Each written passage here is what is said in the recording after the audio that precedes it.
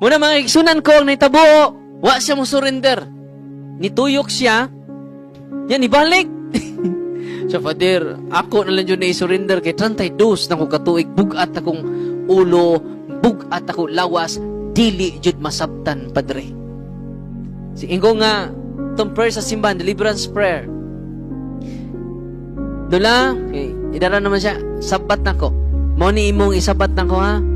Kaya imo namang i-renounce imong pagkamanambal, sabat na ko. In the name of Jesus, I renounce all my occult powers of healing. I renounce all my superstitious belief. I repent and ask to be forgiven. I now choose you, Jesus, as my only Lord and Savior. Amen. Kaya mo ka na lang nga prayer.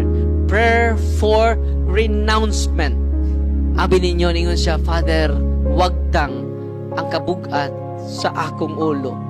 Wag tang ang kabugat sa ako lawas. Ingon siya nga, Father, karon pa ko, after 32 years, karon pa ko nakasinati ni ini nga kaayuhan. And ko, you should go to the sacrament of confession and receive the body of Christ, the source of healing. Amen.